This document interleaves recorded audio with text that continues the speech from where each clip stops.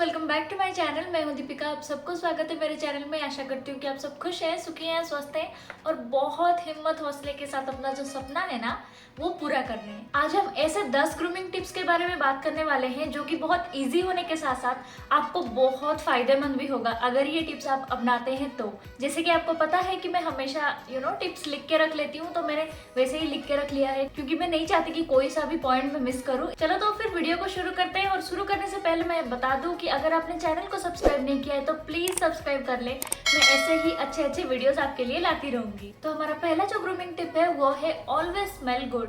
अब आपको पता है कि साइंटिफिकली ये प्रूवन है कि जो लोग बहुत ज्यादा अच्छा स्मेल करते हैं ना, उनके पास जाने से अच्छा फ्रेग्रेंस आता है, वो लोग बहुत ज्यादा अट्रैक्टिव लगते हैं हमें। देखा जाए तो पर्सनली मुझे बहुत ज्यादा परफ्यूम्स पसंद नहीं है, पर मैं ये जरूर ध्यान रखती हूँ कि मेरे बॉडी से ना वो बैड ऑर्डर ना निकले बिल्कुल भी। तो अगर आपको भी बहुत ज्यादा परफ्यूम्स अप्लाई करना पसंद नहीं है तो मेक श्योर कि आप बॉडी लोशन यूज करें, under arms roll on use करें, कोई सा भी बॉडी मिस्ट यूज करें। मैं एक चीज का हमेशा ध्यान रखती हूँ, बहुत ज्यादा लॉन्ग लास्टिंग परफ्यूम्स नहीं होगा तो भी चलेगा, लेकिन इतना जरूर ध्यान रखना है कि चाहे फ्रेग्रेंस निकले या ना निकले लेकिन बदबू नहीं निकलना चाहिए। इसीलिए हमेशा आपको क्लीन रहना बहुत ज्यादा जरूरी है। नहाने के बाद मैं हमेशा under arms roll on use करती हूँ। निविया का अंडर आर्म्स रोल ऑन है, बहुत ज्यादा अच्छा है, अल्कोहल फ्री है और इसको लगाने के बाद नेक्स्ट 24 घंटे में ना स्वेट और स्मेल तो बिल्कुल भी नहीं होगा। अंडर आर्म्स का ख्याल रखने के बाद मैं हमेशा एक बॉडी लोशन जरूर लगाती हूँ। बॉडी लोशन में बहुत ज्यादा फ्रेग्रेंस हो या ना हो मुझे इतना फर्क नहीं पड़ता, मुझे अपना जो बॉडी है ना उसको मॉइस्चराइज रखना है हमेशा, क्योंकि मेरा स्किन जो है वो बहुत ज्यादा ड्राई है, इसलिए मैं हमेशा बॉडी वॉश यूज करती हूँ। इन दोनों के बाद मैं यूज करती हूँ एक बॉडी मिस्ट। ये मैंने मिनीसो से लाया था और इसका फ्रेग्रेंस जो है वो बहुत ही ज्यादा प्रीमियम और बहुत ज्यादा अच्छा है। अगर आप चाहते हो ना एक बॉडी मिस्ट आप ट्राई करो तो प्लीज ये वाला जरूर ट्राई करना, ठीक है। तो जब मैं डैम्प स्किन में बॉडी लोशन यूज करती हूँ तो वो मॉइस्चर को होल्ड करके रखता है, और जब मेरा स्किन जो है वो मॉइस्चराइज्ड है तभी अगर मैं बॉडी मिस्ट का यूज करूँ तो क्या होता है, वो जो स्मेल होता है ना, वो जो फ्रेग्रेंस होता है वो बहुत ज्यादा देर तक टिकता है। इसीलिए आपको नहाने के बाद बॉडी लोशन लगाने के बाद उसके ऊपर में ही कोई सा भी परफ्यूम, बॉडी स्प्रे या फिर बॉडी मिस्ट आप अप्लाई कर सकते हो। तो सेकंड नंबर ग्रूमिंग टिप्स में मैं बात करने वाली हूँ चैप्ड लिप्स के बारे में। चैप्ड लिप्स ना ऐसे भी बहुत ज्यादा अट्रैक्टिव नहीं लगते, लेकिन मैंने ऐसे भी बहुत सारे मेरे फ्रेंड्स को देखा हुआ है जिन लोगों का चैप्ड लिप्स होने के बाद भी वो मैट लिपस्टिक्स और वो लिक्विड वाला लिपस्टिक जो आता है ना वो सब लगा लेते हैं। तो चैप्ड लिप्स के ऊपर आप कोई सा भी कलर दे रहे हो ना तो वो बिल्कुल भी अच्छा नहीं दिखता। लिप्स जब ड्राई होते हैं और फट गए होते हैं तो उसके बीच में जो भी आप लिपस्टिक लगा रहे हो, जो भी आप कलर ऐड कर रहे हो वो सब रह जाएगा ऐसे स्टैक होके, तो वो देखने में बिल्कुल भी अच्छा नहीं लगता है। इसीलिए हमेशा आपको ध्यान रखना है कि आपका लिप्स जो है ना हमेशा मॉइस्चराइज्ड होना चाहिए। लिपस्टिक लगाए ना लगाए लेकिन लिप बाम एक तो हमेशा लगा के रखना चाहिए। मैं लिप्स को एक्सफोलिएट करना थोड़ा पहले पसंद नहीं करती थी, लेकिन बाद में धीरे धीरे एक्सफोलिएट करना जब मैंने सीखा तब मैंने महसूस किया कि अच्छा एक्सफोलिएट करने के बाद वो जो जितना भी ड्राई हो रहे थे, जितना भी फट रहे थे ना, वो बहुत हद तक कम हो गए। तब मैंने बेला विटा का ये एडवर्टाइजमेंट देखा कि इसको यूज करने से आपका लिप्स जो है ना वो बहुत ज्यादा सॉफ्ट पिंक हो जाएगा। तो मैंने सोचा चलो एक ट्राई दे देते हैं, ठीक है। मैंने ये वाला खरीदा और सच में बताना चाहूँ तो 1-1.5 महीने से मैं यूज़ कर रही हूँ और इसका कुछ भी असर मेरे लिप्स पे नहीं हुआ है अभी तक, बिल्कुल भी नहीं। मैं इसको इसीलिए यूज़ करना पसंद करती हूँ क्योंकि एक्सफोलिएट अच्छे से हो जाता है और इसमें इंग्रेडिएंट्स जो है ना वो बहुत अच्छे हैं। बटरी सा लगता है लगाने के बाद एक्सफोलिएट करने के बाद भी मेरे लिप्स जो है बिल्कुल ड्राई फील नहीं होते, इसीलिए मैं यूज़ करती हूँ। नहीं तो वो जो baby pink lips, soft lips, गुलाबी लिप्स, ये तो बिल्कुल नहीं हुआ मेरे साथ। तो आपको एक हफ्ते में लिप्स का जो स्क्रब है 1 या 2 बार तो करना ही चाहिए, लेकिन आपको कोई भी लिप बाम चूज करना है और उसको हमेशा एक दिन में 2 से 3 बार या फिर 4 बार भी लगा सकते हो। जब भी आपका लिप्स ड्राई लगे तभी आपको लगाना चाहिए। मेरा जो लिप्स है वो बहुत ज़्यादा ड्राई है, एक दिन नहीं लगाऊंगी तो अगले दिन पूरा फट जाएगा, ऐसा ड्राई है। तो इसीलिए मैं बहुत ज़्यादा लिप बाम्स लगाना प्रेफर करती हूँ। थर्ड नंबर पे हम बात करने वाले हैं हेयर के बारे में। अब जितना भी आप सज धज के निकलो, लेकिन आपके हेयर से अगर बहुत ज़्यादा स्मेल निकल रहा होगा ना तो बिल्कुल भी अट्रैक्टिव नहीं लगता वो चीज़। तो आपको ध्यान रखना है कि आपका हेयर जो है वो हमेशा क्लीन होना चाहिए। मुझे पता नहीं आप नोटिस किए होंगे कि नहीं, लेकिन आप जब भी हेयर वॉश करते हो ना तो आपका स्किन थोड़ा सा अच्छा दिखता है उस दिन, आपका फेस जो है वो थोड़ा सा और ब्यूटीफुल नजर आता है। मैंने नोटिस किया है बहुत बार। तो क्या होता होता है, हमारे स्कैल्प में जितना भी बैक्टीरियाज होते हैं ना वो हमारे स्किन पे आ जाते हैं। इसीलिए अगर आपका स्कैल्प बहुत ज्यादा ऑयली है, बहुत ज्यादा ड्राई है, अगर बहुत ज्यादा मेल भी जमा हुआ है ना तो आपका स्किन भी बिल्कुल अच्छा नहीं दिखेगा। बहुत ज्यादा ऑयली दिखने के साथ साथ कुछ पिंपल्स, एक्ने वगैरह फेस पे निकल आएंगे पक्का। तो आपका फेस का जो स्किन है ना आपके स्कैल्प से डायरेक्टली जुड़ा हुआ है। आप जितना आपका स्कैल्प जो है साफ रखोगे आपका फेस भी उतना ज्यादा साफ रहने वाला है। तो आपके रूटीन के हिसाब से आपको 1 से 2 बार एटलीस्ट हेयर वॉश कर लेना है एक हफ्ते में। हेयर वॉश करने के बाद कंडीशनर यूज करना है और सेरम तो पक्का यूज करें। अगर आप हीट भी प्रोवाइड करना चाहते हो अपने बालों पे तो मेक श्योर कि आप हीट प्रोटेक्ट करने वाला कोई स्प्रे लगा लीजिए या फिर कोई सीरम आप अप्लाई कर लीजिए। तो 4 नंबर पॉइंट पे हम लोग बात करने वाले हैं एक्सफोलिएट के बारे में। सिर्फ फेस ही नहीं बॉडी को भी एक्सफोलिएट करना बहुत ज्यादा जरूरी है।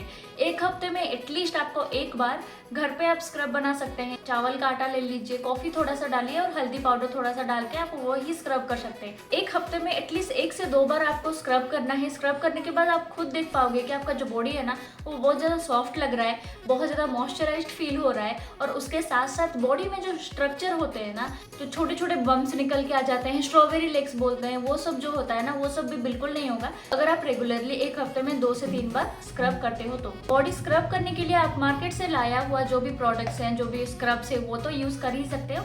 अगर आपको बिल्कुल भी स्क्रब में इन्वेस्ट नहीं करना है तो आप खुद घर पे आराम से बना के भी यूज कर सकते हो। 5 नंबर पॉइंट में हम बात करने वाले हैं कि जब भी हम घर से बाहर जाते हैं तब ना हमको एटलीस्ट 3 चीजें हमारे पर्स में रखना चाहिए। पहला तो हो गया कोम्ब, सेकंड हो गया हमारा लिप बाम और थर्ड हो गया हमारा सनस्क्रीन।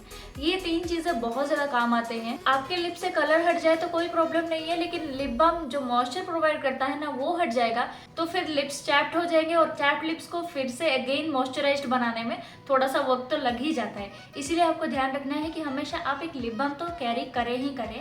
सेकंड में है सनस्क्रीन। सनस्क्रीन आपको हर 2 घंटे या 3 घंटे में रीअप्लाई तो करना चाहिए, इसीलिए सनस्क्रीन के बिना घर से बिल्कुल भी ना निकले। लगाया हुआ होना चाहिए और पॉकेट में भी होना चाहिए। थर्ड जो थिंग है वो है कोम। आप कहीं पे भी जा रहे हो, आपके बाल अगर बहुत ज़्यादा सही है ना, अच्छे से कोम किया हुआ है तो आप बहुत ज़्यादा प्रेजेंटेबल लगते हो। आपका बॉडी लैंग्वेज अच्छा होगा, आपका ड्रेसअप बहुत ज़्यादा अच्छा होगा, आपका मेकअप बहुत ज़्यादा अच्छा होगा।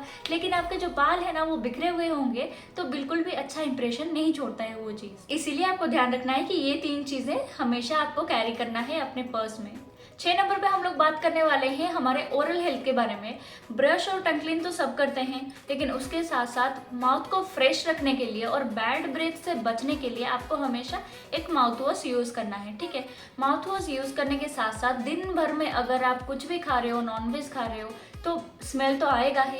इसीलिए आप क्या कर सकते हैं, एक इलायची आप चबा सकते हैं दिन भर में, या फिर एक लौंग चबा सकते हैं, या फिर आपके पास थोड़े से सौंफ हैं वो चबा सकते हैं। नहीं तो आप नॉर्मल सा एक माउथ फ्रेशनर का स्प्रे भी यूज कर सकते हैं। तो आपको हमेशा ये सब चीजें यूज करना चाहिए अपने बैड ब्रेथ से बचने के लिए। 7 नंबर पे हम लोग बात करने वाले हैं हमारे फीट के बारे में। इतना ज़्यादा हम लोग ध्यान दे दिए हमारे हेयर पे, हमारे स्किन पे, हमारे बॉडी पे, लेकिन हमेशा हम लोग किस चीज़ को नेग्लेक्ट करते हैं, हमारे पैरों को। तो उनको भी मॉइस्चराइज रखना, साफ रखना ना बहुत ज़्यादा ज़रूरी है। तो आपको हमेशा ध्यान रखना है कि आपको जो हील्स है ना उनको हमेशा क्लीन कीजिए, क्योंकि वहाँ पे ही बहुत ज़्यादा डेड स्किन सेल्स बैठ जाते हैं और डेड स्किन सेल्स बहुत ज़्यादा हो जाएंगे ना तो वो धीरे धीरे क्रैक होने लगते हैं, क्योंकि बहुत ज़्यादा लेयर सा बन जाता है। इसीलिए आपको हर एक हफ्ते में फुट फाइलर लेके अच्छे से रब करके घिसना है। जितने भी ज़्यादा डेड स्किन सेल्स है वो निकल आने के बाद आपको एक अच्छा सा मॉइस्चराइजर या फिर बॉडी लोशन या फिर बोरोप्लस, बोरोलिन, ये सब चीज़ें जो थिक टेक्सचर के होते हैं ना उसको अच्छे से एक लेयर से अप्लाई करना है, सॉक्स पहनना है और सो जाना है। क्रैक्ड हील के साथ साथ अपने जो पैरों का जो नेल्स है ना उसको भी ट्रिम करना है। अगर आप नेल पॉलिश नहीं लगाना चाहते तो सही बात है, कोई प्रॉब्लम नहीं है, लेकिन नेल्स में गंदगी नहीं होना चाहिए। 8 नंबर पे हम लोग बात करने वाले हैं बॉडी हेयर के बारे में। अब ये टोटली आप पे डिपेंड करता है, आपके चॉइसेस में डिपेंड करता है कि आप बॉडी हेयर रिमूव करना चाहते हो या नहीं। लेकिन आप बॉडी हेयर को रिमूव करने के लिए कंफर्टेबल हो तो आपको हमेशा ध्यान रखना है कि एक हफ्ते में एक ही बार आपको रेजर लगाना है या फिर 2 हफ्ते में एक बार। बिल्कुल भी हफ्ते में 2-3 बार, 2 बार, 4 बार ऐसे आपको यूज़ नहीं करना है। इससे क्या होता है, आपका जो स्किन है वो बहुत ज़्यादा सेंसिटिव हो जाएगा। जो कुछ भी उसके बाद आप प्रोडक्ट लगाओगे ना वो रिएक्ट कर जाएगा। इसीलिए पहले आपके बॉडी को ना आपको अच्छे से स्क्रब करना है। जहाँ पे भी आप शेव शेव करना चाहोगे और स्क्रब करने के बाद ही आपका जो बॉडी हेयर है उसको रिमूव करना चाहिए। मैं कभी कभी रिमूव करना प्रेफर करती हूँ, कभी कभी नहीं करती हूँ। बॉडी हेयर के साथ साथ आपके फेस का भी जो हेयर है ना उसको भी रिमूव करना है। तो पहले आपको नारियल का ऑयल और एलोवेरा जेल का एप्लीकेशन करना है, फिर आपको एक्सफोलिएट करना है, फिर आपको जो डेड स्किन सेल्स हैं, जो बाल हैं, उसको निकालना है।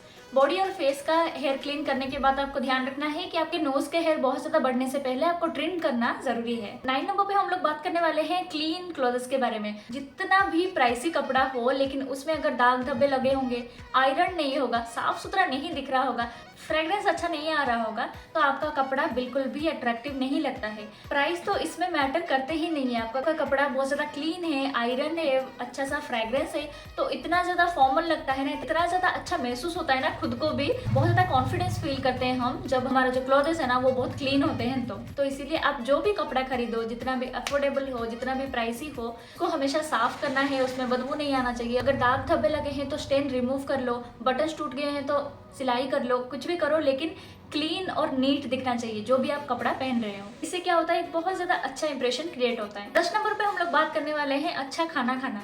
आप बोलोगे खाना खाना कैसे ग्रूमिंग टिप्स में आ गया? आप क्या खाते हैं उससे भी काफी ज्यादा फर्क पड़ता है। कैसे फर्क पड़ता है? आप अगर बहुत ज्यादा fast food, salty food, spicy foods, तला हुआ फूड्स खाने लगोगे ना, आपका बॉडी जो है वो डाइजेस्ट करने में थोड़ा सा प्रॉब्लम फील करेगा। अगर बहुत ज़्यादा डाइजेशन में प्रॉब्लम हो रहा है तो आपके जो ब्रेथ है ना वो धीरे धीरे बहुत ज़्यादा स्मेल करने लगेंगे। अगर आपके बॉडी से स्वेट भी निकल रहा है ना तो वो स्वेट भी बहुत ज़्यादा स्मेल करने लगेगा।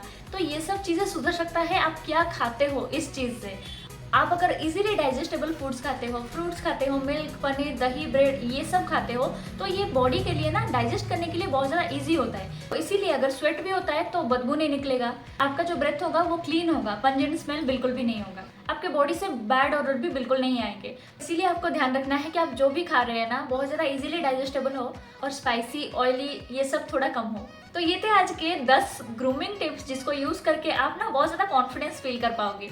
तो थैंक यू सो मच यहाँ तक देखने के लिए। अगर आपको वीडियो सच में हेल्पफुल लगा हो, अच्छा लगा हो, तो प्लीज लाइक एंड सब्सक्राइब करना मत भूलिएगा। अपने फ्रेंड्स, फैमिली, कलीग्स के साथ भी प्लीज शेयर करना बिल्कुल मत भूलिएगा। मिलती हूँ मैं आपसे नेक्स्ट वीडियो पर। Till then take care, bye bye.